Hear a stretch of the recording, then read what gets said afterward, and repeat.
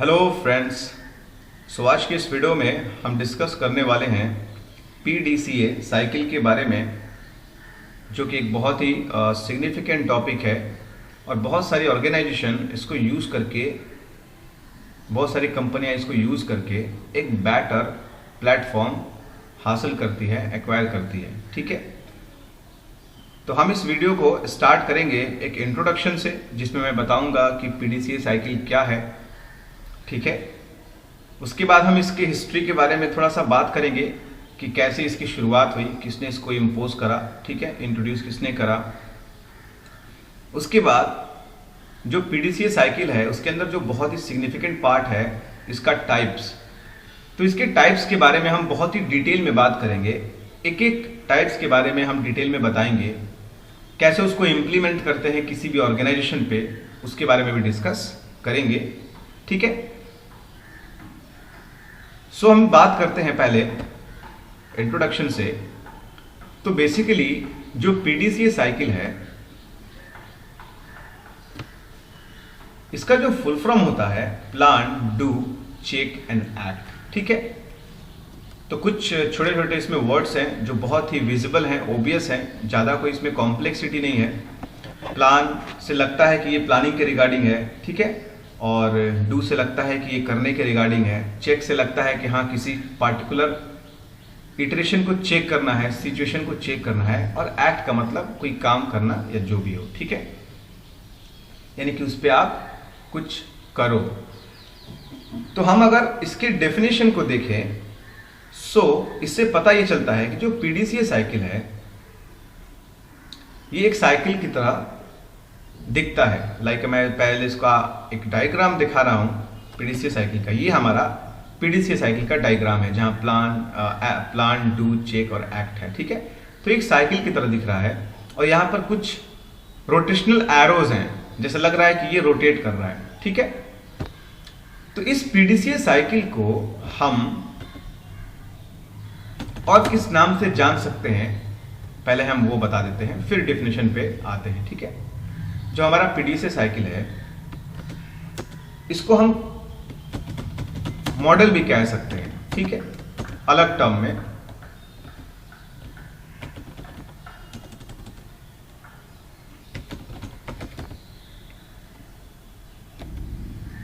इसको हम मैथडोलॉजी भी कह सकते हैं।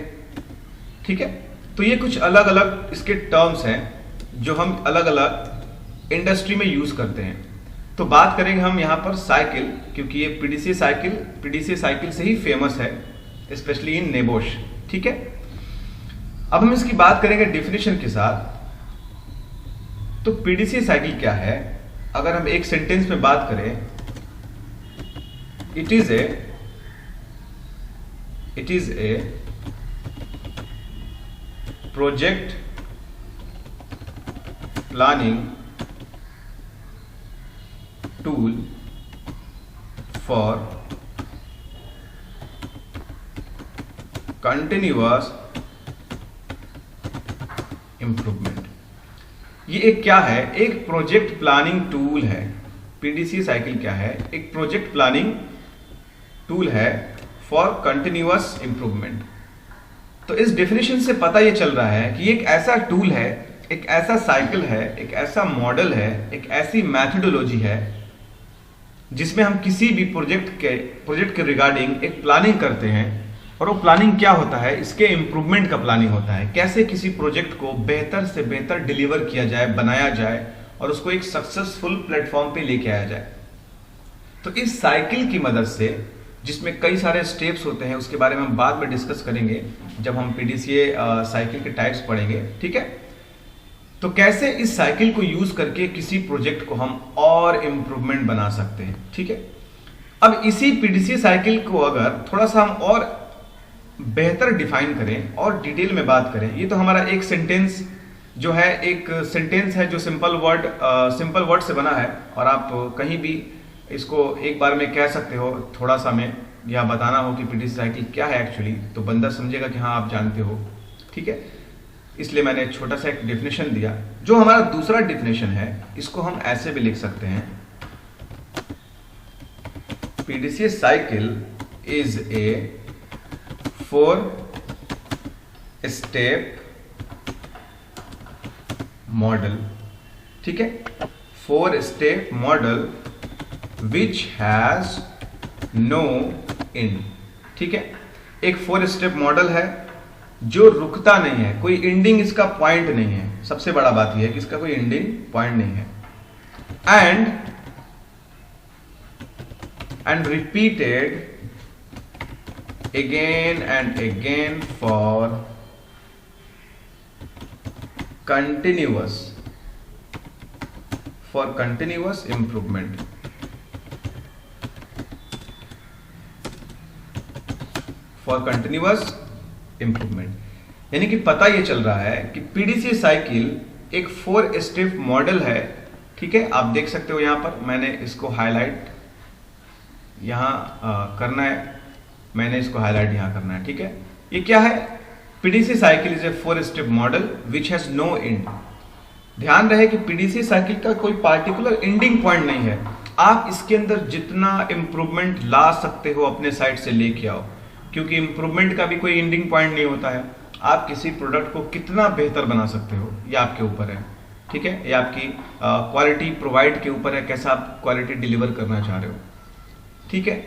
और इसको रिपीट किया जाता है, रिपीट, बार बार ये रिपीट होता है। रिपीट किस लिए होता है? कंटिन्यूअस इंप्रूवमेंट के लिए। हम आज इंप्रूवमेंट में हमने 8 मार्क्स लेके आए, अगली बार हम ट्राई करेंगे कि 8.2 8.5 लेके आए, अगली बार ट्राई करेंगे कि 9 लेकर आए। तो ये हमारा कंटिन्यूअस इंप्रूवमेंट का इसमें प्लानिंग होता है। तो पीडीसीए साइकिल क्या है? It is a 4-step model which has no end and repeated again and again for continuous improvement। तो ये हो गया एक छोटा सा डेफिनेशन जो बहुत ही आसान है और सबको समझ में आया। मैं एक बार फिर से रिपीट कर रहा हूं कि पीडीसी साइकिल एक ऐसा मॉडल है जिसको हम यूज करके किसी ऑर्गेनाइजेशन या किसी कंपनी को या किसी साइट को या कोई वर्क प्लेस को हम बेहतर से बेहतर बना सकते हैं इसकी मदद से, जिसके अंदर आता है प्लान। हम प्लानिंग करते हैं, फिर उस प्लान को एग्जीक्यूट करते हैं, फिर एग्जीक्यूशन को हम चेक करते हैं कहाँ गड़बड़ी है, और उस गड़बड़ी पे फिर हम काम करके उसको इंप्रूव करते हैं। इसीलिए इसको कहा गया है कंटिन्यूअस इंप्रूवमेंट, यानी कि ये रिपीट करता है बार बार इंप्रूव करने के लिए, ठीक है। अब हम बात करेंगे इसके हिस्ट्री के बारे में। तो आपको थोड़ा सा नॉलेज मैं देना चाह रहा हूं कि कैसे इसकी शुरुआत हुई। तो अगर हम इसकी हिस्ट्री की बात करें, जो हमारा पीडीसी साइकिल का जो हमारा हिस्ट्री है, तो पीडीसी साइकिल से पहले क्या था? कुछ तो होगा। तो इस तरह के सिस्टम को, ठीक है, जो पीडीसी साइकिल है, इससे पहले जो स्टेप बाय स्टेप मॉडल होते थे जिनको यूज करके पहले की कंपनियां चलती थी, ठीक है, यानी कि पीडीसी साइकिल को बहुत बाद में इंट्रोड्यूस किया गया है, ठीक है, बहुत बाद में, ऑलमोस्ट 1951 में इसको इंट्रोड्यूस किया गया है। तो क्या इससे पहले कुछ नहीं था काम करने के लिए, या काम कैसे चलता था? तो बिल्कुल चलता था। इससे पहले पुराना वाला मॉडल था। तो सबसे पहले जिसने ये आइडिया सबसे पहले प्रपोज किया, याद रहे ये कोई इन्वेंशन नहीं है, क्योंकि ये एक आइडिया है, एक थ्योरी है, तो इसलिए हम इसको कहते हैं प्रपोज्ड। अगर कोई मटेरियल होता है तो हम कहते हैं ये एक इन्वेंशन है। फर्स्ट प्रोपोज्ड बाय, जिसने इसको पहले बार प्रोपोज्ड किया, ठीक है, पीडीसी साइकिल नहीं, उससे पहले वाला आइडिया। पीडीसी साइकिल बाद में आया है, 1951 से जो आइडिया था, ठीक है, ये स्टेप बाय स्टेप मॉडल, इस मॉडल को पहले जिसने प्रपोज किया उसका नाम था वाल्टर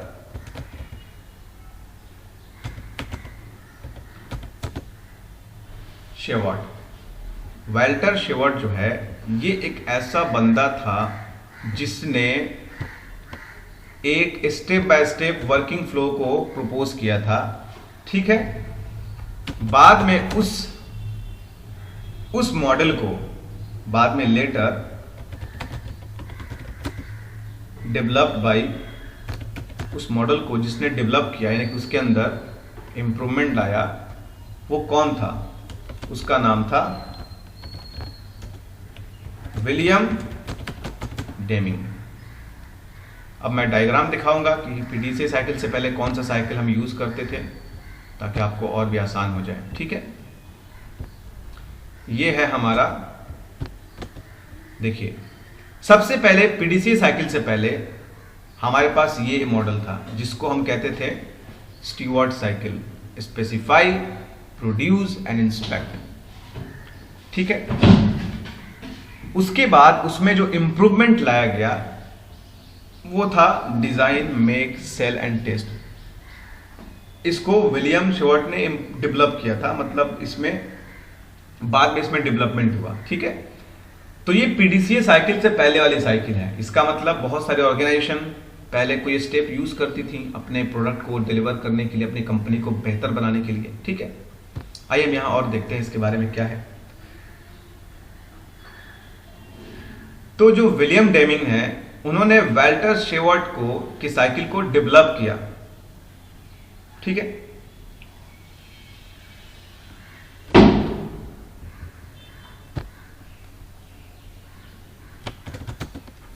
पहली बार में जब उन्होंने जो मॉडल बनाया था,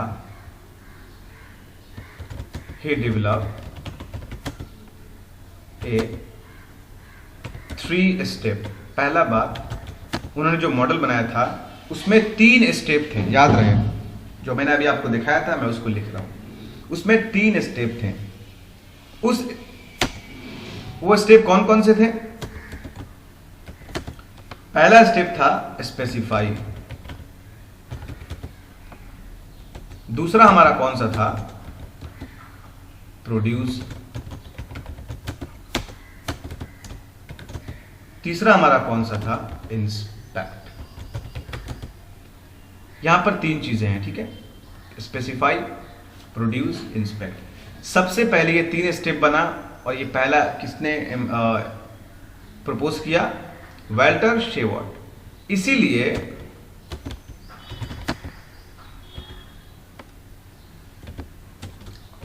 इसको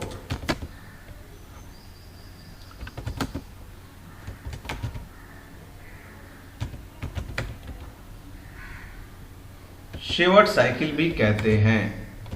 ठीक है, इसको शेवर्ट साइकिल भी कहते हैं। ठीक है, पहले इसको शेवर्ट साइकिल ही कहते थे, जैसा कि मैंने आपको यहां पर डायग्राम दिखाया। ठीक है, शेवर्ट साइकिल, स्टीव साइकिल है, शेवर्ट साइकिल जो भी। ठीक है, इसके अंदर 3 फेज थे, स्पेसिफाई, प्रोड्यूस एंड इंस्पेक्ट। बाद में शेवर्ट साइकिल का जो आइडिया है ना, उसमें डेवलपमेंट किया गया विलियम डेमिंग के द्वारा। ये यहां विलियम डेमिंग है। तो जब विलियम डेमिंग ने इसको डेवलप किया, ठीक है, तो उन्होंने क्या किया, इसमें 4 स्टेप बनाए डेवलप करके। वो 4 स्टेप कौन कौन से हैं जो विलियम डेमिंग ने जिसको 4 स्टेप कौन से थे? ये था डिजाइन, उसके बाद था मेक, ठीक है, उसके बाद था सेल, फिर उसके बाद क्या था?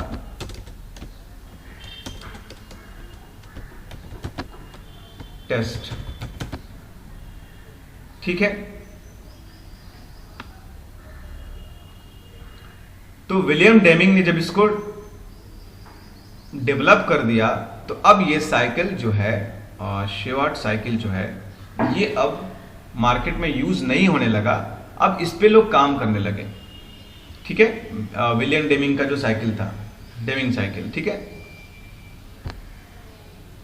उसके बाद में पीडीसीए साइकिल का इंट्रोड्यूस हुआ।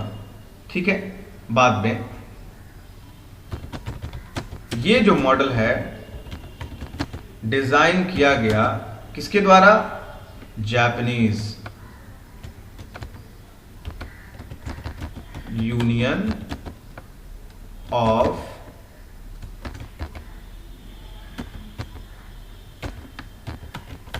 Scientist and engineering.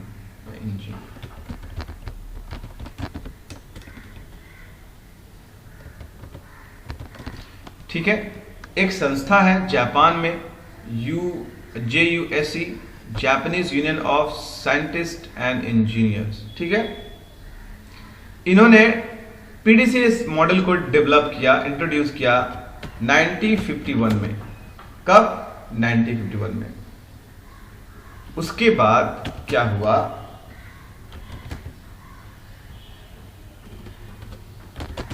Now it became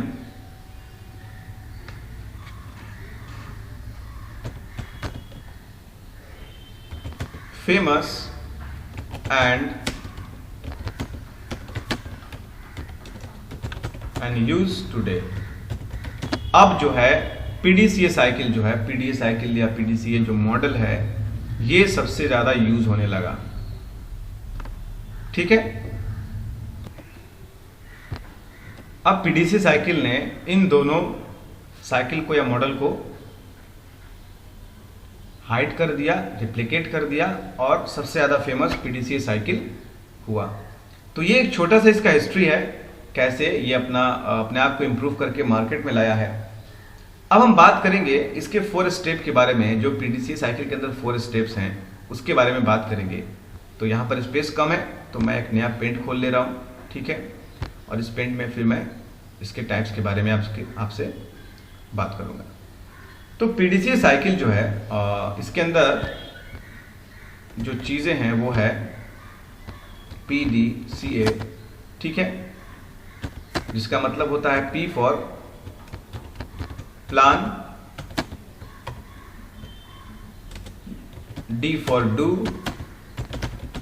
C for check और A फॉर एक्ट।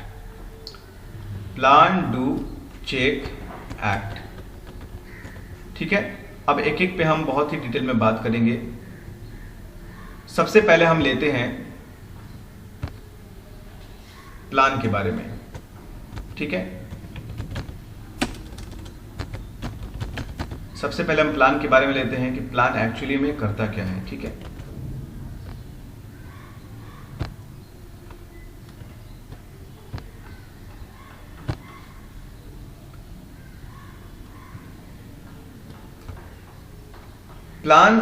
प्लान जो है, प्लान के अंदर 2 की पॉइंट्स हैं, ध्यान रखिए। मैं इसलिए की पॉइंट्स बता रहा हूं ताकि आपको समझने में आसान हो जाए। नहीं तो अगर मैं की पॉइंट्स नहीं बताऊंगा तो फिर दोनों मिक्सअप हो जाएगा और आपको थोड़ा कंफ्यूजन होगा, क्योंकि आप एक लेमैन हो सकता है इंटरमीडिएट लेवल हो, पर मैं चाहता हूं कि आप इस चीज को समझो, ठीक है। तो प्लान के अंदर 2 की पॉइंट्स आते हैं। वो की पॉइंट्स क्या है? पहला है हमारा प्लानिंग, दूसरा है हमारा पॉलिसी, ठीक है। ये 2 चीजें हैं और दोनों को डिस्कस करनी है, प्लानिंग एंड पॉलिसी के बारे में। सबसे पहले हम बात करेंगे प्लान के बारे में कि प्लान एक्चुअली करता क्या है। तो मुझे एक बात बताओ, जब भी आप कोई काम करते हो डे टू डे लाइफ में, तो क्या आप कोई प्लान करते हो, अपने घर में डिस्कस करते हो या कोई राय मशवरा लेते हो?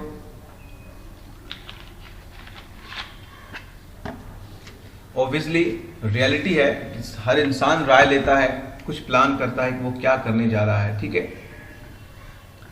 या कुछ आप कंस्ट्रक्शन कराना चाह रहे हो अपने घर पे, तो एक प्लानिंग होती है कि हमें ऐसे इस चीज़ को करना है, यहाँ हम मकान बनाएंगे और इसको 4th फ्लोर या 4 स्टोरेज एरिया में बनाएंगे या एक बड़ा अपार्टमेंट बनाएंगे, फिर हम उसको रेंट पे देंगे। तो ये सारा प्लानिंग होता है, ठीक है ना, हर इंसान करता है। या अगर आपको कुछ मैरिज वेडिंग कोई सेरेमनी आपको करना हो या कोई एनिवर्सरी सेलिब्रेट करना हो या किसी की कुछ भी सेलिब्रेट करना हो या कोई पार्टी सेलिब्रेट करना हो, तो आप पहले प्लान करते हो, ठीक है। सेम चीज ये ऑर्गेनाइजेशन में भी है। जब भी कोई कंपनी काम करती है तो वो प्लान करती है कि एक्चुअली में हमें क्या करना है, एक्चुअली में हमें क्या करना है। तो ये प्लानिंग हर कंपनी करती है और हमें कहाँ पहुंचना है, ये बहुत प्राइम थिंग है कि वो करना क्या चाहती है, अभी कहां पर है और कहां पहुंचती है, ठीक है। सो प्लानिंग का मतलब होता है यहां पर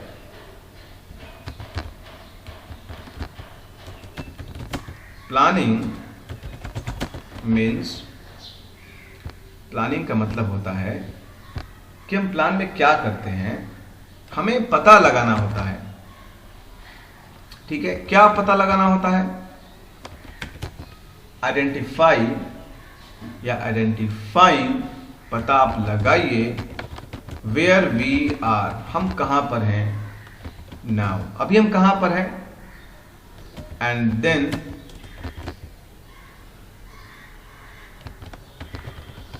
where we want to be, हम अभी कहां पर हैं और हम कहां होना चाहते हैं। तो प्लानिंग के अंदर ये सारी चीजें हम एक बार प्लान करते हैं कि अभी मेरा प्रोजेक्ट कहां पर है, इनिशियल फेज पर है, और इसको कहां पर पहुंचा देना है, वो आपका फाइनल फेज होगा, जो आप कंप्लीट डेवलपमेंट जिसको कहते हैं। तो प्लानिंग में हम ये प्लान करते हैं कि मुझे ये काम करना है, तो मेरे पास सिर्फ एक जमीन है, अभी हम कहां पर हैं, अपने जमीन पर हैं, और इस जमीन पे एक कंस्ट्रक्शन करना है, एक बड़ा सा बुर्ज खलीफा तैयार करना है या कोई बुर्ज अल अरब तैयार करना है। तो ये आपका फाइनल प्लानिंग है, फाइनल स्टेज है। तो पहले आप प्लान करते हो कि यहां पर एक मुझे कंस्ट्रक्शन करना है। ठीक है, तो ये एक अच्छा एग्जाम्पल था कि कैसे हम किसी चीज को प्लान करते हैं। ठीक है, एक दूसरा अगर एग्जाम्पल की हम बात करें कि अगर आप अपने वर्क प्लेस पे जहां आप काम कर रहे हो कोई इक्विपमेंट इंट्रोड्यूस कर रहे हो, कोई इक्विपमेंट लेके आ रहे हो, सपोज दैट, ठीक है, कोई भी मशीन लेके आ रहे हो, तो जब आप उस मशीन को अपने वर्क प्लेस पे लेके आओगे तो आपके मन में क्या सवाल हो सकता है? What is the main question? ठीक है, ये प्लानिंग के रिगार्डिंग हम कर रहे हैं कि क्या सवाल, कुछ तो क्वेश्चन हो सकते हैं ना। सपोज दैट अगर आप कोई घर में बड़ा सा मशीन लेके आ रहे हो तो उसके रिगार्डिंग कुछ तो प्लान होगा आपके मन में। वो प्लान क्या हो सकते हैं जो मेरे माइंड में आ रहा है, मैं बता रहा हूं कि प्लान के अंदर क्या क्या चीजें होती हैं। सपोज दैट आप कोई अपने वर्क प्लेस पे कंस्ट्रक्शन का मशीन लेके आ रहे हो, लाइक सीमेंट मिक्सिंग मशीन, आप कोई क्रेन लेके आ रहे हो, फॉकलिफ्ट क्रेन लेके आ रहे हो, बूम प्लेसर लेके आ रहे हो, ठीक है, या कॉम्पैक्टर लेके आ रहे हो। ठीक है, तो सबसे पहले हमारे मन में सवाल होगा कि हाउ आर वी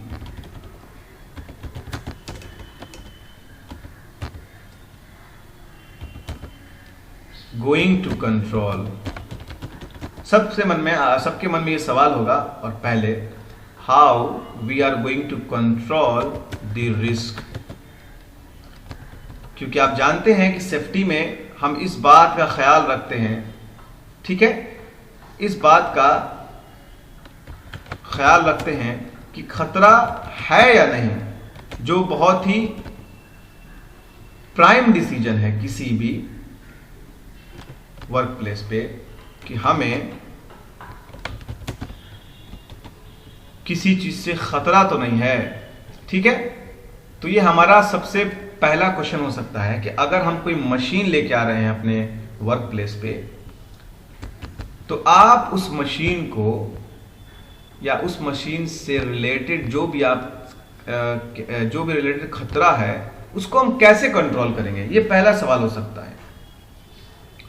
दूसरा सवाल क्या हो सकता है? दूसरा सवाल क्या हो सकता है मशीन के regarding? What is the most suitable equipment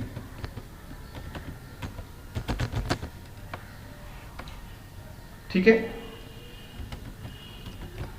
equipment from A safety perspective. अब सेफ्टी पर्सपेक्टिव के अकॉर्डिंग आपके लिए कौन सा इक्विपमेंट सबसे सुटेबल है? आप कभी नहीं चाहोगे कि आप एक ऐसे मशीन को अपने वर्क प्लेस पे लेके आओ जिसमें खतरा ज्यादा हो। जो मैं एक रियलिस्टिक बात बता रहा हूं, एक सेफ्टी इंजीनियर के लिए, सेफ्टी मैनेजमेंट के लिए, सेफ्टी मैनेजर के लिए ये बातें पॉइंट में दिमाग में रहती हैं। आपके मन में भी ये बात होनी चाहिए कि आप अपने घर में एक ऐसा खिलौना क्यों लाओगे जो बच्चा खेले तो उसको चोट लग जाए, या उसको एक हाथ पे कट हो जाए या उसको नुकसान पहुंचाए, हानि पहुंचाए, ऐसा कभी नहीं हो सकता है। तो ऐसा हमारा वर्क प्लेस भी है। तो प्लानिंग में हम ये करते हैं कि कौन सा मशीन, सपोज प्लानिंग कुछ भी हो सकता है। ये मैं एग्जांपल दे रहा हूं कि अगर आप कोई मशीन इंट्रोड्यूस कर रहे हो अपने साइट पे, लेके आ रहे हो, बहुत बड़ा क्रेन है, तो आप ये चूज करोगे कि इस काम के लिए कौन सा इक्विपमेंट परफेक्ट है, मशीन परफेक्ट है, और परफेक्ट के अकॉर्डिंग वो हमें खतरा तो नहीं दे रहा है। ठीक है, तो सेफ्टी पर्सपेक्टिव से हम ये देखेंगे कि कितना ये सेफ है, इसको ऑपरेट करना कितना सेफ है।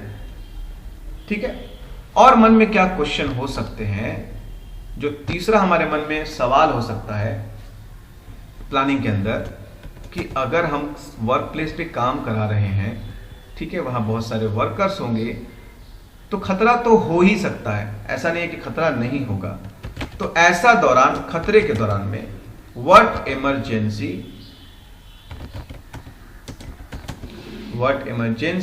Procedure, what emergency procedures need to be put in the place। Emergency procedure क्या होता है कि जब भी हमें इवैक्यूएट करना हो वर्क प्लेस को, वहां से हटना हो, बाहर निकलना हो, या किसी को चोट लग जाए, तो कैसे हम जल्दी से रिपोर्ट करेंगे, कैसे एम्बुलेंस को कॉल करेंगे, फर्स्ट एड की ट्रेनिंग कैसे देंगे। ठीक है, तो ये सब इमरजेंसी प्रोसीजर में आता है कि जब भी किसी वर्कर को चोट लगे, हानि पहुंच जाए, या कोई साइड से या कोई 12 फीट से 10 फीट से नीचे गिर गया है, तो हम फौरन उसको कौन सा ट्रीटमेंट देंगे, क्या करेंगे, किसको रिपोर्ट करेंगे, ये भी तो एक प्लानिंग होना जरूरी है। सपोज अचानक से किसी का हाथ टूट गया और कोई इमरजेंसी प्रोसीजर का कोई फैसिलिटी हमारे पास या हमारे वर्क प्लेस पे है ही नहीं। तो क्यों नहीं था? क्योंकि हमने प्लानिंग में इसके रिगार्डिंग कोई प्लानिंग किया ही नहीं था। अगर हम प्लानिंग करते तो डेफिनेटली हम इसको प्लानिंग करते तो उसको एग्जीक्यूट भी करते। ठीक है, तो प्लानिंग हमने किया ही नहीं है, तो फिर कैसे पॉसिबल है कि हम इमरजेंसी प्रोसीजर किसी वर्क प्लेस पे हम रख सकें? तो ये भी आपके मन में सवाल हो सकता है इसके रिगार्डिंग कि इमरजेंसी प्रोसीजर भी रखना है क्योंकि हम काम करा रहे हैं। और क्या प्लानिंग में हो सकता है? क्योंकि हम एक बहुत बड़ा इक्विपमेंट या मशीन वर्क प्लेस पे लेके आ रहे हैं, तो हम ये भी बोल सकते हैं, प्लानिंग कर सकते हैं, what are the training required.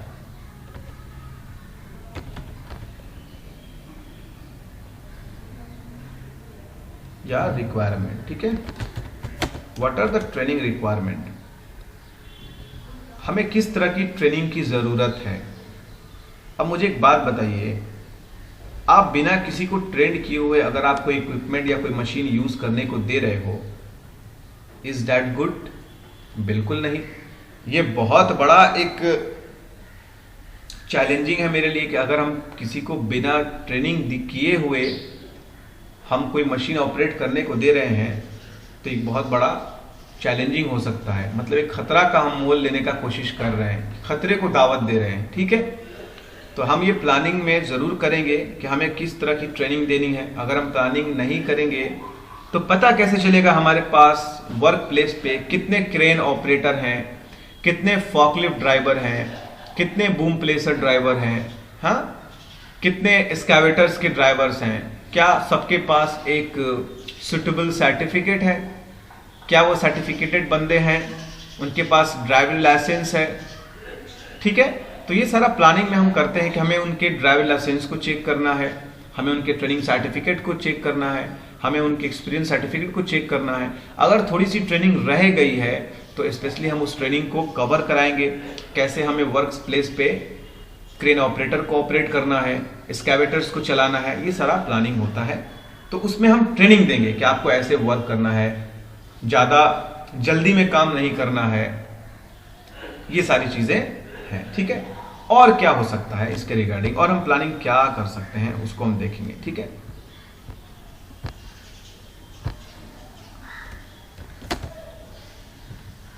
और हम प्लानिंग क्या करेंगे, इज एनी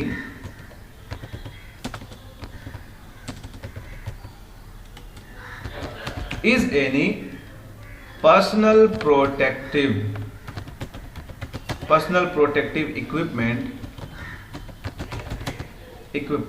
रिक्वायर्ड, रिक्वायर्ड, ठीक है, रिक्वायर्ड। क्या कोई पर्सनल प्रोटेक्टिव इक्विपमेंट रिक्वायर्ड है, मतलब जरूरत है। आप अपने साइट पर बहुत सारे वर्कर से काम करा रहे हो, तो क्या उनको कोई पर्सनल प्रोटेक्टिव इक्विपमेंट पीपीई की जरूरत होगी? डेफिनेटली होगी। आपने देखा है कहीं भी काम होता है तो वर्कर्स के कुछ कस्टम्स होते हैं जो कंपनी डिसाइड करती है उनके लिए क्या बेहतर है, जैसे कि helmet, safety shoes, year muffs, ठीक है, safety harness, hand gloves etcetera. ये सब पर्सनल प्रोटेक्टिव इक्विपमेंट है।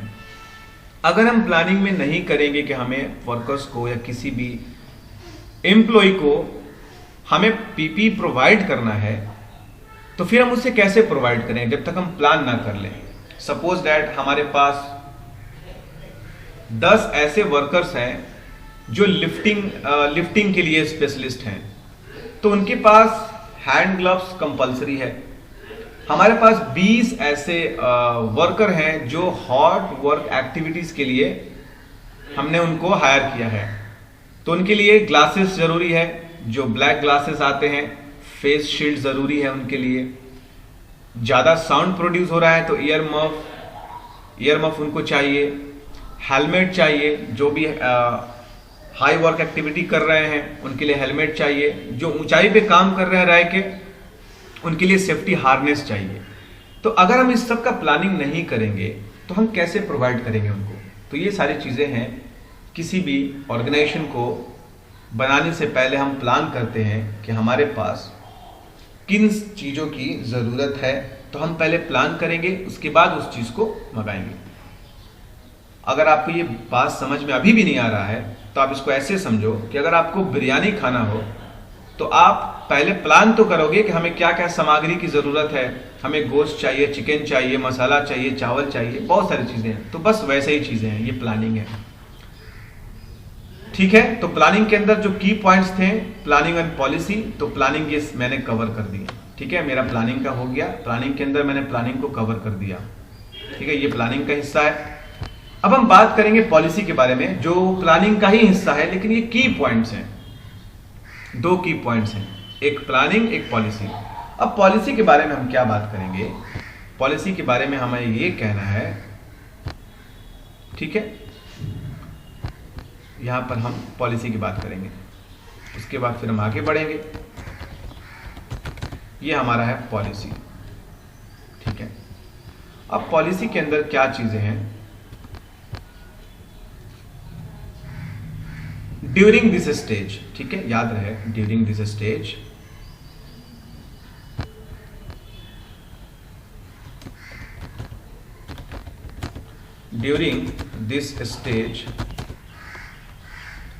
इस स्टेज में हम क्या करते हैं? वी शुड, हमें करना चाहिए, we should also make sure that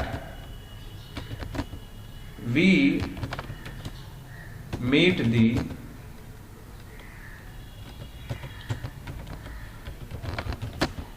the requirement of our organization। हमें किस चीज के बारे में श्योर होना है? Organisation health and safety policy, ठीक है।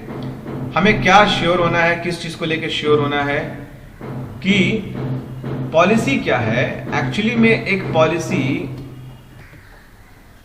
ऐसा डॉक्यूमेंट है, इसमें हम क्या ख्याल रखते हैं कि during this stage we should also make sure, हमें इस बात का श्योरिटी चाहिए कि क्या हम ऑर्गेनाइजेशन के रिक्वायरमेंट को मीट कर पा रहे हैं जो हेल्थ एंड सेफ्टी से रिलेटेड है, ठीक है। जो भी हमारा कंपनी का पॉलिसी होता है ना, उसमें हम यही करते हैं कि हम ऑर्गेनाइजेशन के जितने भी अंदर रिक्वायरमेंट है उसको मीट करना है। जैसे कि जो वर्कर काम कर रहे हैं उनको ट्रेनिंग देना है, तो ये हमारे कंपनी का या ऑर्गेनाइजेशन का पॉलिसी है कि बिना ट्रेनिंग के हम किसी भी वर्कर को हम ऑपरेट नहीं कराएंगे। यहां तो प्लानिंग है कि हाँ हमें ट्रेनिंग देना है, ये प्लानिंग है, पर कंपनी की पॉलिसी है कि आप जब भी हाइट पे काम करोगे आपके पास वर्क परमिट होना ही चाहिए। अगर आपके पास वर्क परमिट 1 हफ्ते का 1 महीने का नहीं है तो आप काम स्टार्ट नहीं कर सकते हो। ठीक है।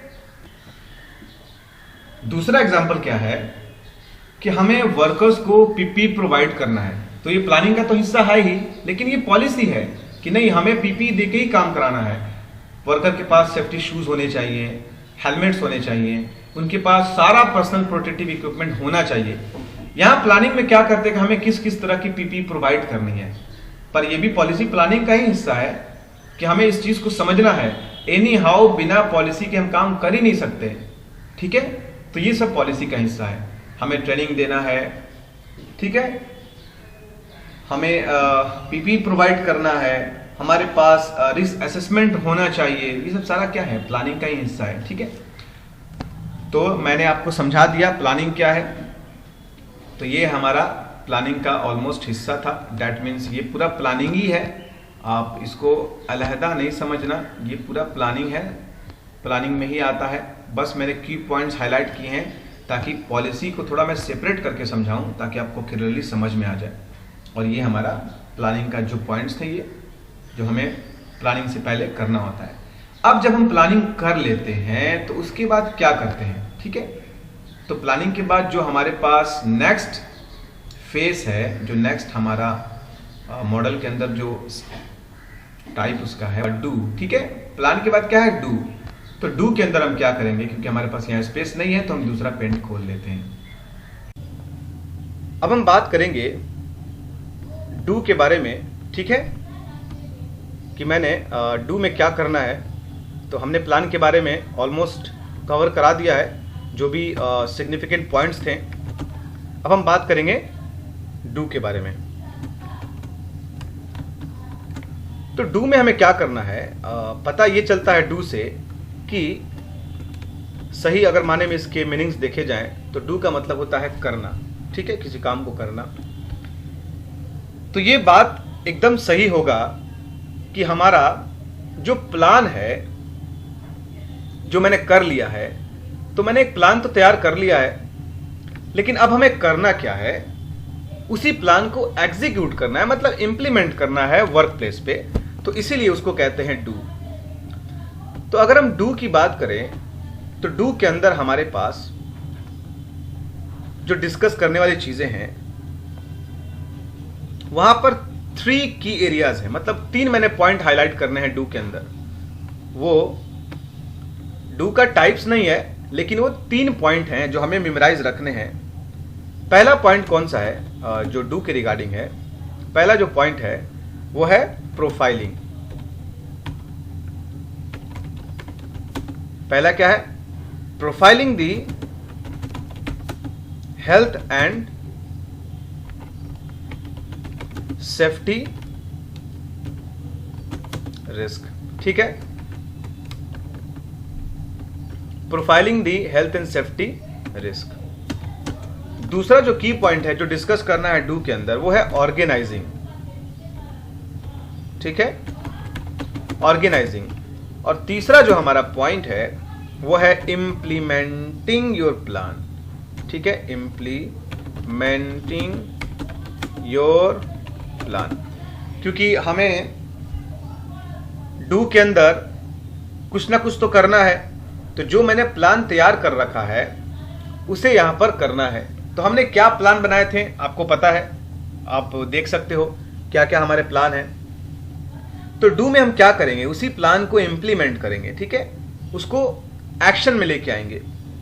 तो सबसे पहले क्या करेंगे, जो पहला प्रोफाइलिंग जो है, प्रोफाइलिंग उसमें हम क्या करते हैं, उसके पॉइंट्स को मैं हाईलाइट करने की यहां कोशिश कर रहा हूं। ठीक है, जो पहला पॉइंट है वो है कि जो भी हमने वहां प्लान किए थे कि हमें रिस्क निकालने हैं, अब हम क्या करेंगे, उसी काम को यहां डू करेंगे, मतलब उस काम को यहां पर इंप्लीमेंट करेंगे कि हमें खतरों को जांचना है, एक्शन में लेके आना है। मतलब कोई ना कोई बंदा खड़ा हो और एक रिस्क असेसमेंट तैयार करे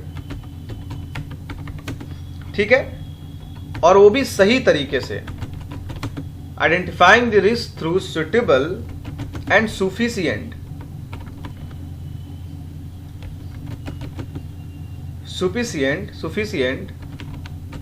रिस्क असेसमेंट। हमें रिस्क असेसमेंट तैयार करना है, मतलब पता लगाना है, खोजना है, जांच पड़ताल करना है कि कितने रिस्क हैं, वो भी सही रिस्क असेसमेंट, मतलब वाकई में लगे कि हाँ इससे खतरा है। इसीलिए उसको कहा गया है suitable and sufficient risk assessment. अच्छी मात्रा में जितना हो सके सुटेबल रिस्क हमें आइडेंटिफाई करना है। तो ये काम कौन करेगा? जो बंदा होगा, जो टीम के मेंबर्स होंगे, उनमें से एक बंदे को एलोकेट किया जाएगा कि हाँ भाई आपको रिस्क असेसमेंट तैयार करना है, जो भी मैनेजमेंट टीम के बंदे होंगे। ठीक है, मैं आपको डिजिग्नेशन के बारे में बातें बताऊंगा, कौन ये एक्चुअली काम करता है। ठीक है, फिलहाल आप ये जानो कि एम्प्लॉय में से एक बंदा है जो रिस्क को आइडेंटिफाई करेगा। अब एक बात बताएं, यहां पर हम रिस्क को आइडेंटिफाई तो करेंगे, ठीक है, फिर उसके बाद क्या करेंगे? वर्कर पे बहुत सारे, साइट पे, वर्क प्लेस पे बहुत सारे वर्कर्स हैं, ठीक है, बहुत से लोग हैं, सबका काम और रोल्स एंड रिस्पॉन्सिबिलिटी अलग अलग है। तो हमें ऑर्गेनाइज करना है, ठीक है, ऑर्गेनाइजिंग रोल्स एंड रेस्पॉन्सिबिलिटी। यहां आप थोड़ा ऐड कर लेंगे, और क्या? ऑर्गेनाइज बाय आइडेंटिफाइंग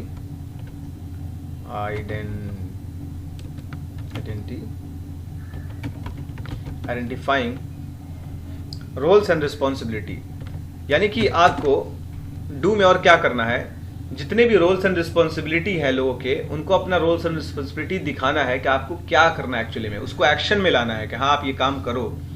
जिसका रोल्स एंड रिस्पॉन्सिबिलिटी है क्रेन को ऑपरेट करने के लिए, वो ऑपरेट करेंगे। ठीक है, फिर क्या करना है? Communication process procedure, communication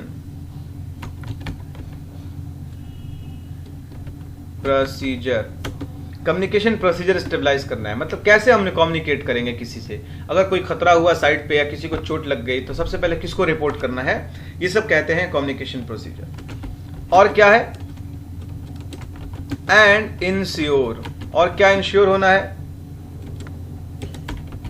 ensuring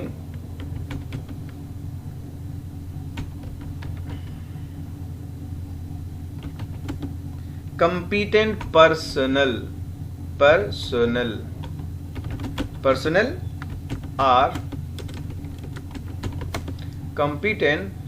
are in place। ये प्लूरल है, जितने भी वर्कर्स हैं, पर्सोनल हैं, उनको वहां पर अवेलेबल तो होना है काम करने के लिए, पर वो बंदा कंपिटेंट होना चाहिए, मतलब उनको उनके काम का तजुर्बा हो, उनके काम का तजुर्बा हो, अच्छा एक्सपीरियंस हो, हैंड्स ऑन हो, मतलब कोई भी लेमैन नहीं हो। ऐसा ना हो कि कोई भी जानकार इंसान नहीं है, उसको ऑपरेट करने के लिए कोई मशीन दिया गया है। तो हमें इस चीज को ख्याल रखना है, वहां पर इंप्लीमेंट करना है कि हाँ इस तरह के बंदों को लागू कर देना है, आप यहां पर काम करो, आप ऐसे देख रेख करो। ठीक है, दूसरा क्या है इंप्लीमेंटेशन में?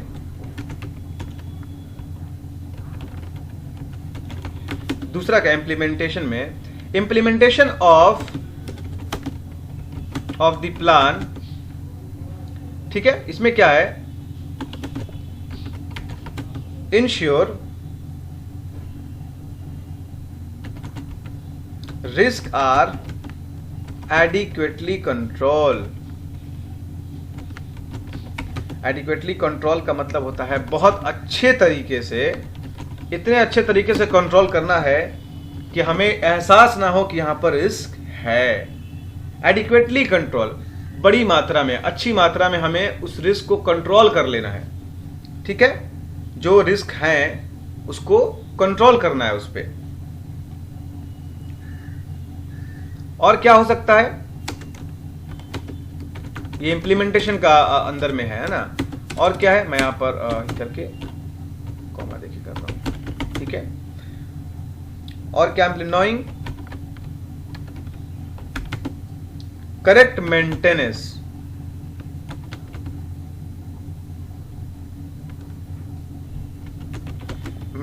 है ना,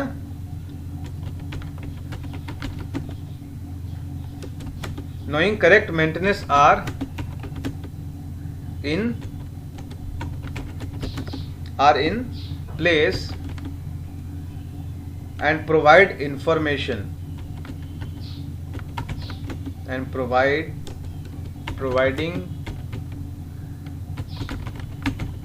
information और क्या इंस्ट्रक्शन, और क्या है ट्रेनिंग एंड सुपरविजन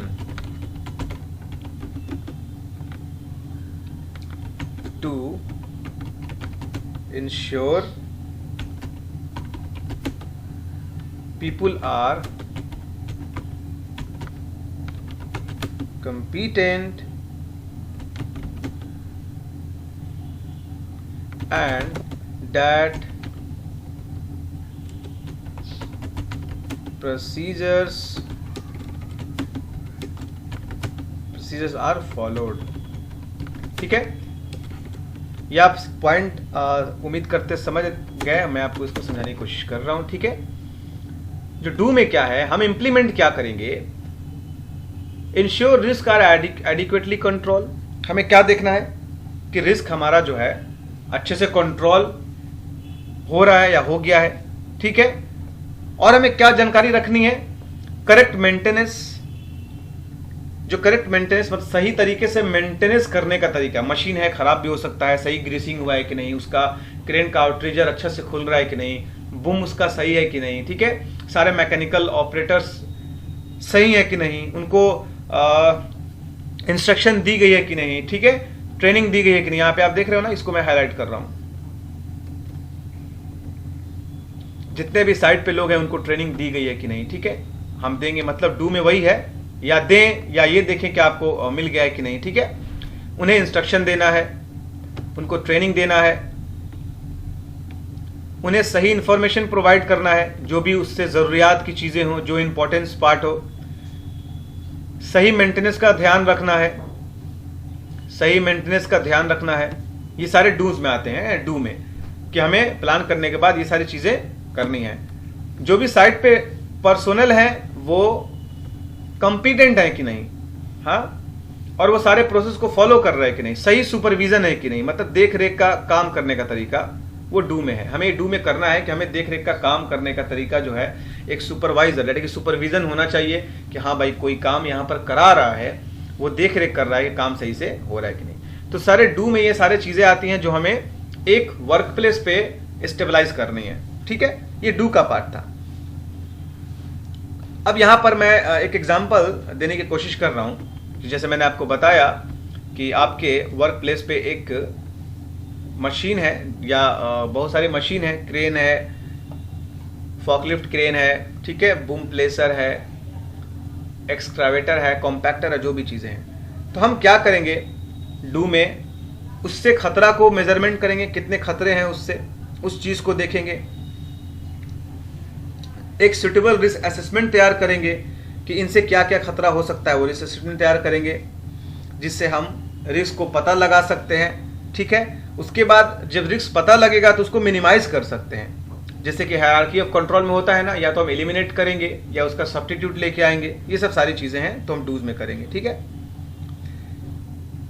जितना कम हो सकता है हम छोटा से छोटा जो रिस्क ज्यादा खतरा क्रिएट कर रहा हो उस पर हम मॉनिटर करें कि आखिर ये क्या चीजें हैं। ठीक है, और रीजनेबली प्रैक्टिकेबल हो, हम कैसे उसको प्रैक्टिकेबल बना सकते हैं। ठीक है, ऐसा रिस्क जिसपे प्रैक्टिकेबल किया जा सकता है, यानी कि जो हमारे कंपनी के लिए प्रैक्टिकेबल हो, मतलब कंपनी उस पर एक्शन लेने में कोई संकोच ना करे।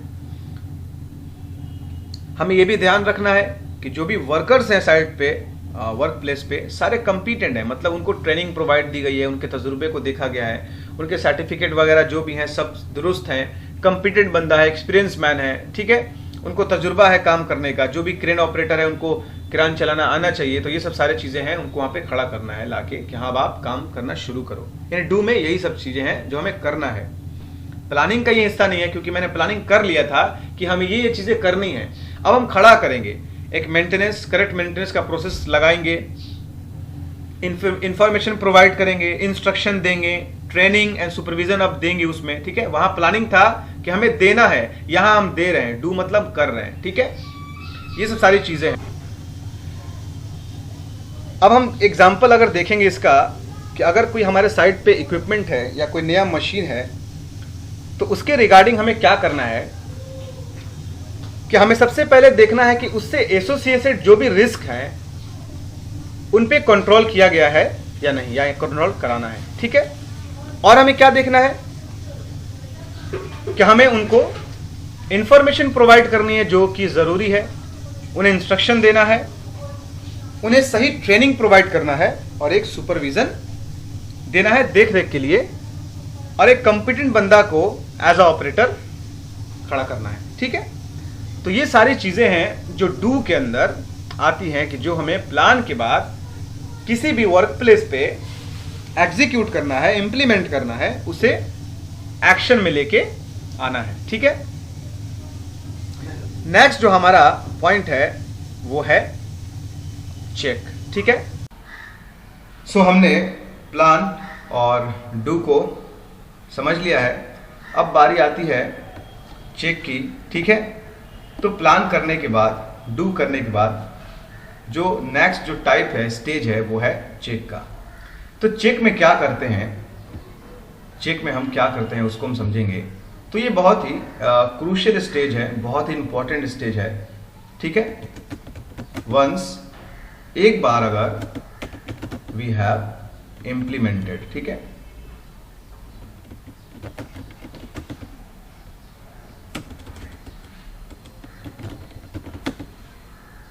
एक बार अगर हम कोई कानून को लागू कर लेते हैं, ठीक है, कानून को अगर लागू कर लेते हैं किसी भी वर्क प्लेस पे, यानी किसी भी प्लान को हम एक बार लागू कर लेते हैं किसी भी वर्क प्लेस पे, once we have implemented our plan, ठीक है। हम अगर प्लान को किसी वर्क प्लेस पे इम्प्लीमेंट करते हैं तो उसके बाद हमें क्या जरूरत पड़ती है, वी नीड टू, हमें जरूरत है, वी नीड टू, ठीक है, इंश्योर होना है। हमें जरूरत है कि हम श्योरिटी हो जाए, ये कंफर्म कर लें कि इट इज वर्किंग। जो हमने कानून लगाया है वो कानून सही तरीके से इफेक्टिवली काम कर रहा है कि नहीं, बढ़िया से काम कर रहा है कि नहीं। कोई अगर चीज इफेक्टिवली काम करता है तो डैट मीन्स हमारा जो एक्सपेक्टेशन है आउटपुट का वो हमें मिल रहा है। ये होता है वर्किंग इफेक्टिवली, काफी अच्छे तरह से काम करना। तो चेक में हम क्या करते हैं, जो हम प्लान बना के डू के जरिए हम उसको इंप्लीमेंट करते हैं वर्क प्लेस पे, चेक के जरिए हम उसी इंप्लीमेंटेड प्लान को चेक करते हैं कि हमारा जो प्लान है, जो कानून हमने बनाया है वो सही से चल रहा है कि नहीं, फॉलो हो रहा है कि नहीं, ठीक है, सब कुछ अच्छा से काम कर रहा है कि नहीं। तो हम ये क्यों मेजर करते हैं, किस लिए, क्या वजह होता है इसको मेजर करने के लिए? हमें अचीव करना होता है, टू अचीव, इसीलिए हम मेजर करते हैं। हमें क्या हासिल करना होता है? To achieve performance. जो हमारा एक्सपेक्टेड परफॉर्मेंस है उसको अचीव करने के लिए हम इसको चेक करते हैं कि हाँ सब कुछ सही चल रहा है। और क्या? Good quality. हमें गुड क्वालिटी को अचीव करना होता है, इसलिए हम उसे चेक करते हैं। और क्या हो सकता है? एक्सपेक्टेड रिजल्ट, जो हम एक्सपेक्ट कर रहे हैं वो सारी चीजें हैं, तो हम यहाँ ITC लिख देते हैं। इसीलिए हम किसी चीज को चेक करते हैं प्लान करने के बाद कि हाँ सब कुछ सही से काम कर रहा है कि नहीं, ठीक है। जो हमने चीजें प्लान इंप्लीमेंट किए हैं, हमारा सारा रिस्क कंट्रोल हो गया है कि नहीं, ठीक है। हमने PP प्रोवाइड कर दिया है तो फिर भी कोई एम्प्लॉय को या वर्कर को खतरा महसूस हो रहा है कि नहीं, क्या किसी को इंजरी हुआ है कि है, कोई इंजरी रिकॉर्ड्स अवेलेबल है कि नहीं, सारी चीज़ें हैं। हम बहुत सारी चीज़ें इवेल्युएट करते हैं, मेज़र करते हैं, क्वालिटी को भी और परफॉर्मेंस को भी, ठीक है। तो अब हम ये कैसे करेंगे, ये क्वेश्चन हो सकता है कि हम इस चीज़ को कैसे करेंगे, कैसे हम जानेंगे कि सब कुछ सही चल रहा है कि नहीं। ये बहुत ही प्राइम क्वेश्चन है। हाउ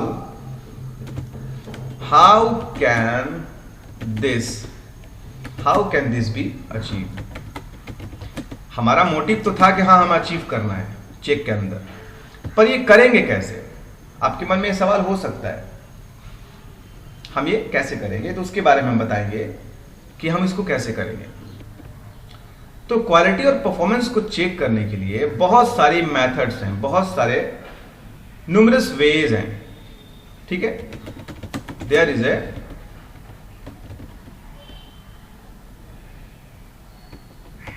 न्यूमरस वेज, बहुत सारे तरीके हैं इसको अचीव करने के लिए, ठीक है, कि हमारी जो वर्क प्लेस पे जो चीज़ें हैं वो सही से काम कर रहा है कि नहीं। कई तरीके हैं, उनमें से कुछ तरीके को मैं यहाँ पर पुट करूँगा, ठीक है। There is a numerous way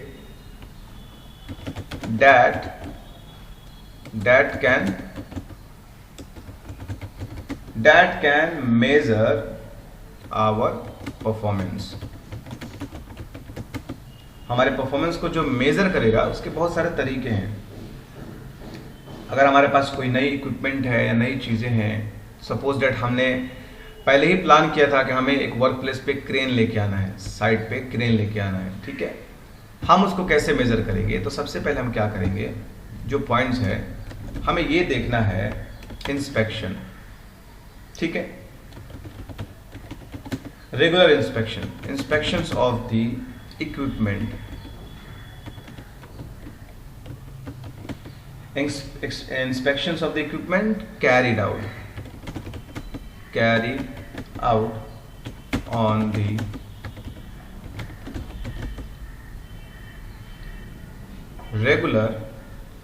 regular basis या regular और schedule basis। ये आपको पॉइंट समझ में उम्मीद करते आ गया कि जो आपने साइट पे क्रेन लेके आया ना, हमें उसको रेगुलर बेसिस पे क्या करना है, इंस्पेक्ट करना है। इंस्पेक्ट का मतलब होता है जांच पड़ताल, रिव्यू करना है, उसके चीज़ों को पता लगाना है कि सब कुछ सही कर रहा है कि नहीं। ये चेक के अंदर आता है कि कैसे हम चेक करेंगे हमारा काम सही हो रहा है कि नहीं। दूसरा क्या है, हम जॉब को एब्जॉर्व करेंगे, जॉब एब्जर्वेशन, जो कि बहुत ही ज़रूरी है, जॉब एब्जर्वेशन को मेज़र करना, ठीक है। ये चेक में आता है। कैसे चेक करेंगे, कुछ रिजल्ट तुरंत पता चलता है, जॉब ऑब्जर्वेशन टू चेक, ठीक है, चेक दी इफेक्टिव, ठीक है, check the effective operation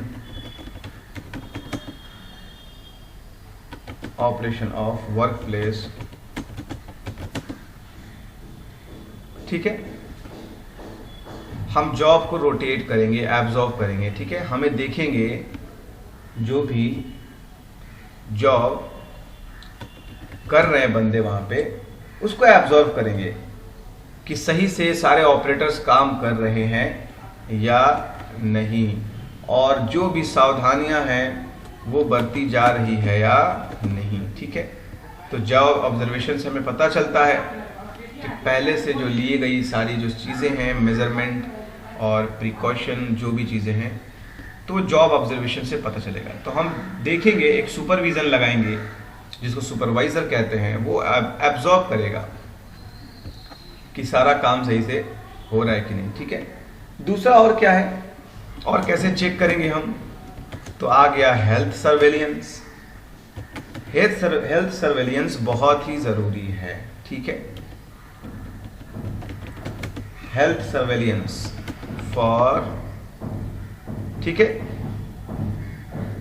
health surveillance जो है इसका रोल बहुत ही महत्वपूर्ण है।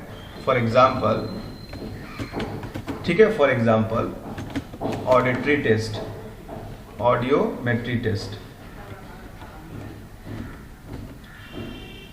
ऑडियोमेट्री टेस्ट क्या होता है? ये कान की सुनने की शक्ति को टेस्ट करते हैं। Audiometry test for science of hearing, ठीक है, ये जरूरी है। हियरिंग लॉस हो सकता है कि काम करने के दौरान इतना ज़्यादा नॉइज हो रहा है कि वर्कर के कान के सुनने की शक्ति ख़त्म हो गई, ठीक है। अगर कोई इक्विपमेंट बहुत ज़्यादा नॉइजी है, बहुत ज़्यादा नॉइज कर रहा है, तो वहाँ हम ऑडियोमेट्री टेस्ट कराएंगे।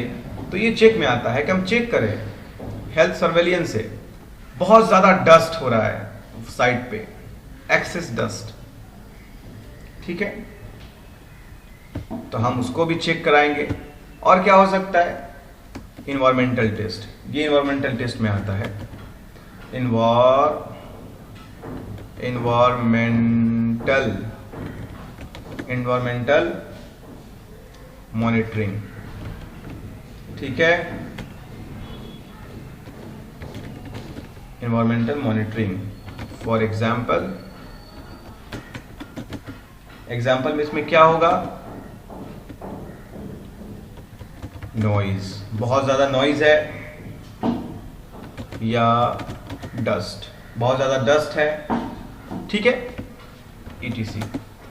तो इन्वायरमेंटल टेस्ट करा के भी चेक करेंगे कि हमारे जो वर्क प्लेस है, जो हमारा जहां काम हो रहा है, वहां पर डस्ट की मात्रा कितनी है, कितना एक्सपोजर लिमिट है, कितने वर्कर्स एक्सपोज हो रहे हैं हाई लेवल डस्ट में। तो ये सब सारी चीजें हैं जो हमें चेक में करनी है, ठीक है।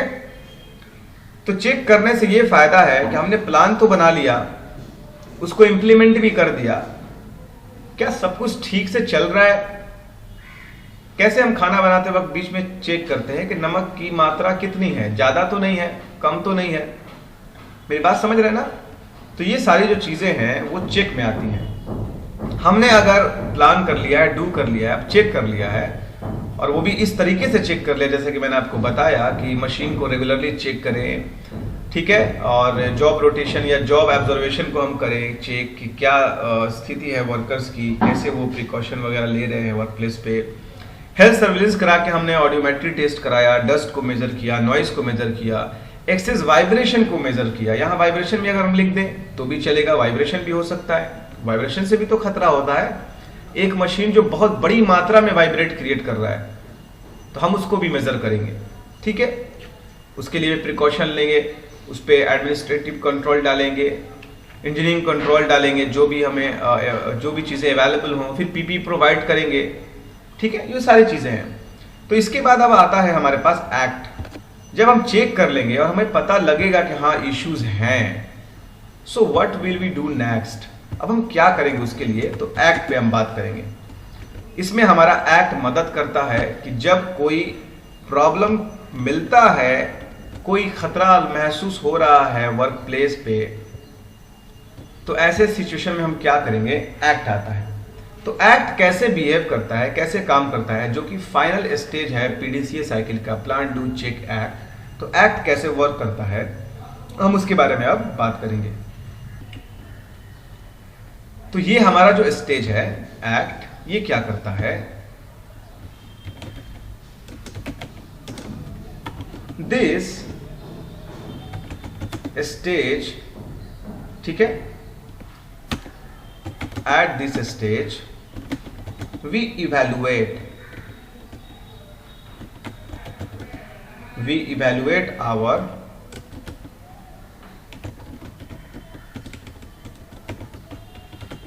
हेल्थ एंड सेफ्टी, ठीक है। थोड़ा सा इसको हम छोटा कर लेते हैं और इसके साइज को एक्सपैंड कर लेते हैं। In this stage we evaluate our health and safety performance,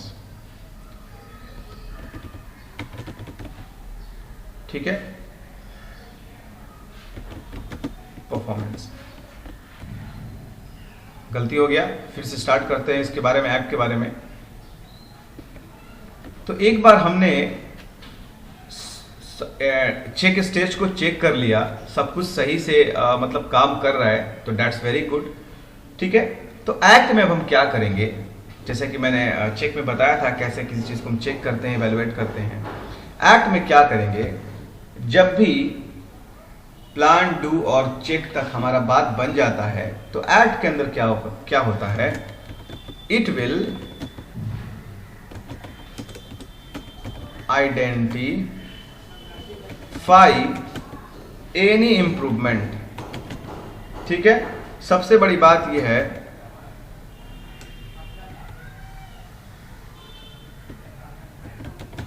ये इंप्रूवमेंट लाता है अगर कोई जरूरत है तो। This can be made, it will identify any improvement that can be made to improve our performance.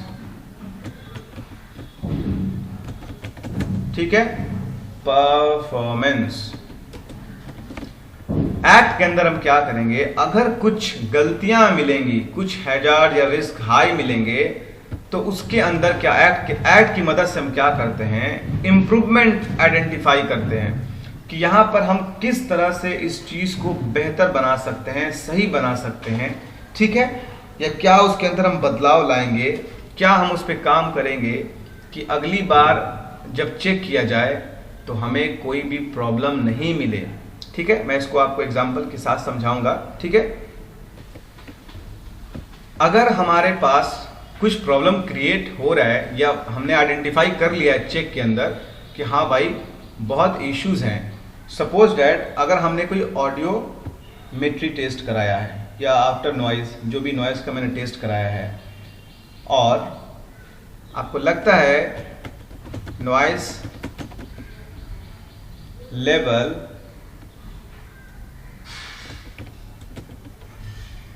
above the legal requirement। अगर लगता है कि आपके पास बहुत नॉइजी हो रहा है, आपके साइड पे बहुत ज़्यादा एक्सेस नॉइज हो रहा है, जो कि उसका लेवल काफ़ी हाई है। ठीक है, मैं इसको रेट से हाईलाइट कर रहा हूँ, उसका लेवल काफ़ी हाई है,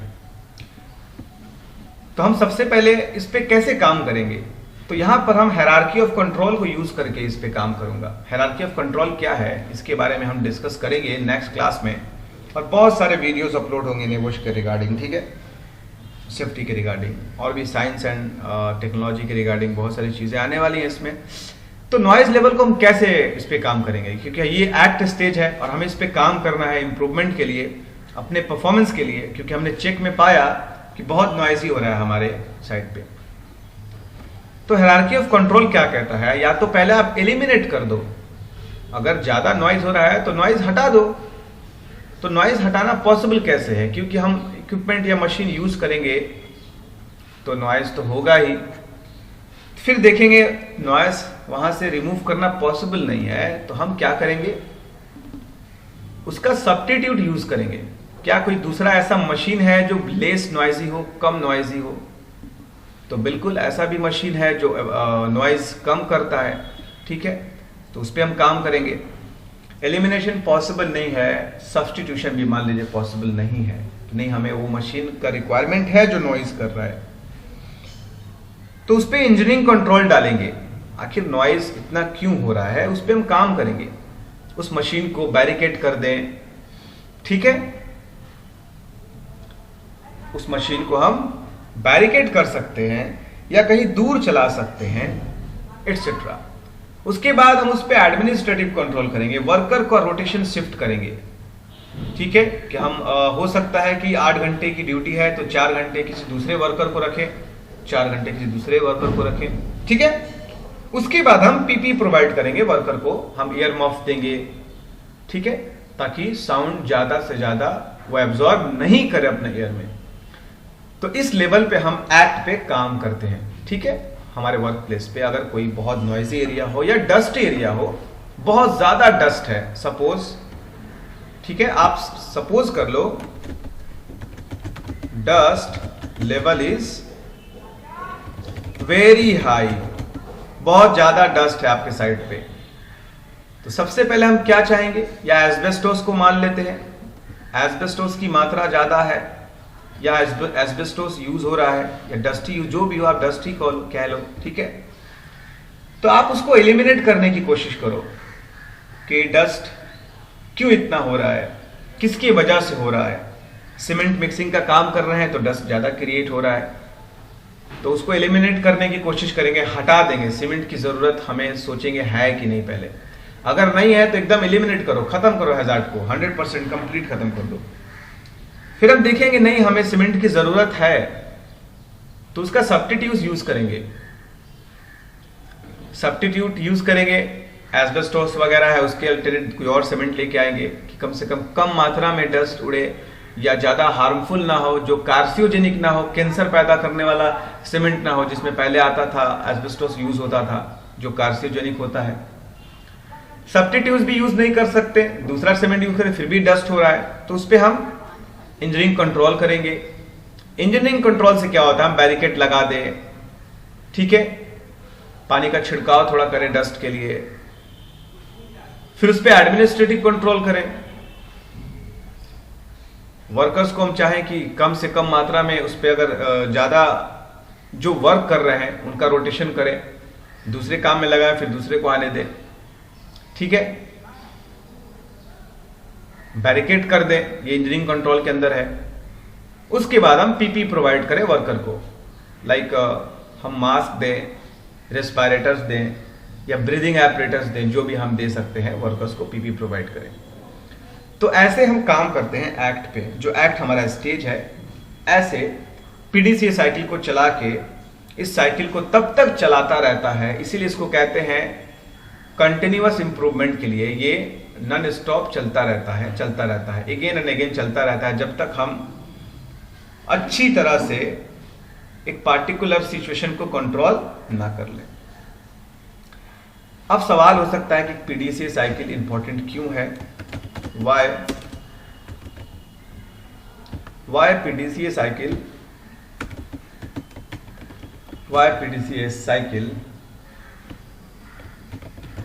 is important, ठीक है। पीडीसीए साइकिल इंपॉर्टेंट क्यों है, हम इस पे बात करेंगे, ठीक है। तो पीडीसीए साइकिल इंपॉर्टेंट क्यों है वो मैं बता रहा हूं। दिस मॉडल, ये मॉडल क्या करता है, this PDCA cycle model allows team to identify and remove defects at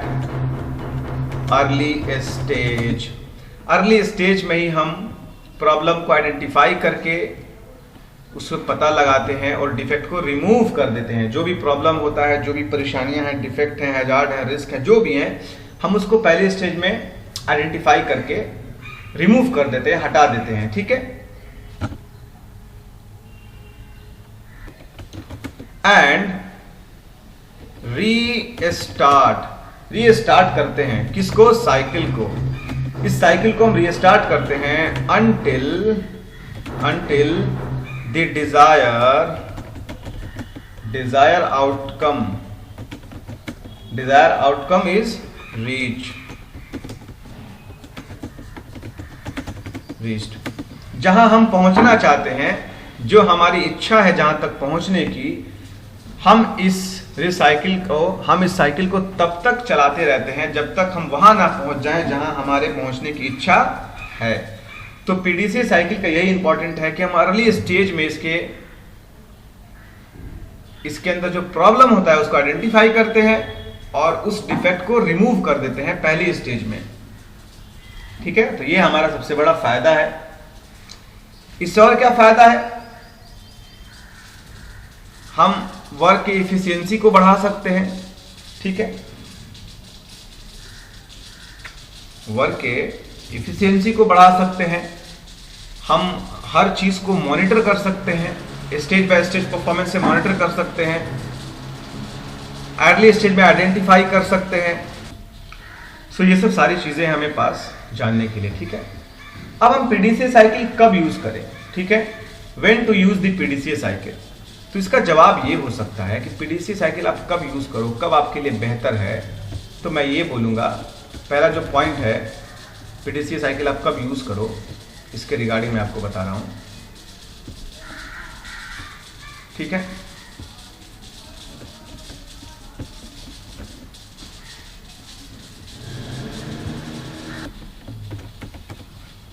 starting new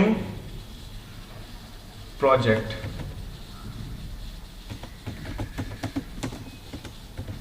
जब आप कोई नया प्रोजेक्ट स्टार्ट करो तो वहां आप पीडीसीए साइकिल यूज करो, ठीक है। Any develop new ideas in company, जब कंपनी में आप कोई न्यू आइडिया डेवलप कर रहे हो या नया कोई प्लान डेवलप कर रहे हो तो वहां आप पीडीसीए साइकिल यूज करो, ठीक है। और भी बहुत सारे पॉइंट्स हैं इसके रिगार्डिंग जहां हम पीडीसीए साइकिल पहले यूज कर सकते हैं, जो मैं आपको वर्बली एक्सप्लेन करूंगा, ठीक है। जब भी आपके पास अनसक्सेसफुल कोई प्रोजेक्ट हो या अनसक्सेसफुल कोई प्लान चल रहा हो तो वहां आप पीडीसीए साइकिल यूज करके उसको इंप्रूव करा सकते हो, ठीक है। या कोई फेल प्लान हो जिसके तहत आप सक्सेसफुल नहीं पा रहे हो तो वहां आप पीडीसीए साइकिल यूज कर सकते हो, ठीक है। ओवरऑल मैंने जितना था सब कुछ इसमें कवर कर दिया है और आपको कोई इशू नहीं होना चाहिए, ठीक है। अगर फिर भी कोई इशू लग रहा है आपको कि इसमें कुछ छूट रहा है, समझ में नहीं आया है, तो आप मुझे कमेंट कर सकते हैं, लेकिन कुछ छूट नहीं रहा है, सब कुछ मैंने कवर कर दिया है और बहुत आसान तरीके से मैंने आपको बता दिया है, प्रैक्टिकली बता दिया है, ठीक है, कि कैसे हम इसको वर्क प्लेस पे इम्प्लीमेंट करते हैं, ठीक है। आपको कोई भी दिक्कत हो साइंस से रिलेटेड, नेपोस से रिलेटेड, तो आप मुझे कमेंट में कमेंट कर सकते हैं, ठीक है। तो मेरे वीडियो को लाइक जरूर करिएगा माय फ्रेंड्स, और चैनल को सब्सक्राइब भी कर दीजिएगा, और जो भी आपके फ्रेंड्स हैं जिनको आइडिया नहीं है इसके रिगार्डिंग उन्हें भी शेयर करिएगा ताकि वो भी नॉलेज और गेन एक्वायर करें, ठीक है। Okay, have a nice day.